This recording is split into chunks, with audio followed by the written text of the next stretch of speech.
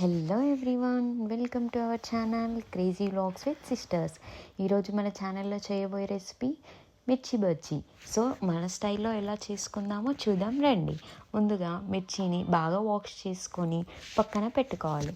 ఇప్పుడు ఒక బౌల్ తీసుకొని అందులోకి 1 కప్ శనగపిండికి 1 కప్ బియ్యం పిండి తీసుకోవాలి. వాటిని బాగా మిక్స్ చేసుకోవాలి.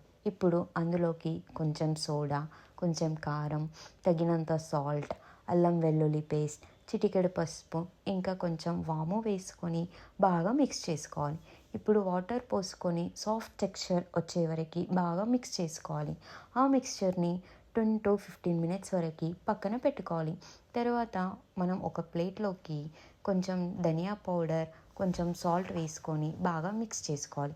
తర్వాత ముందుగా మనం వాష్ చేసి పెట్టుకున్న మిర్చిని తీసుకొని మిడిల్లోకి కట్ చేసుకొని అందులోకి ముందుగా ప్రిపేర్ చేసుకున్న పౌడర్ని పెట్టుకొని పక్కకి పెట్టుకోవాలి.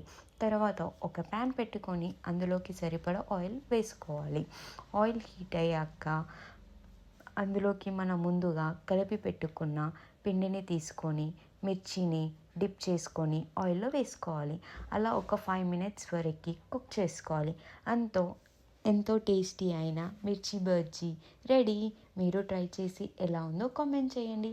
Please like, share, comment. Thank you.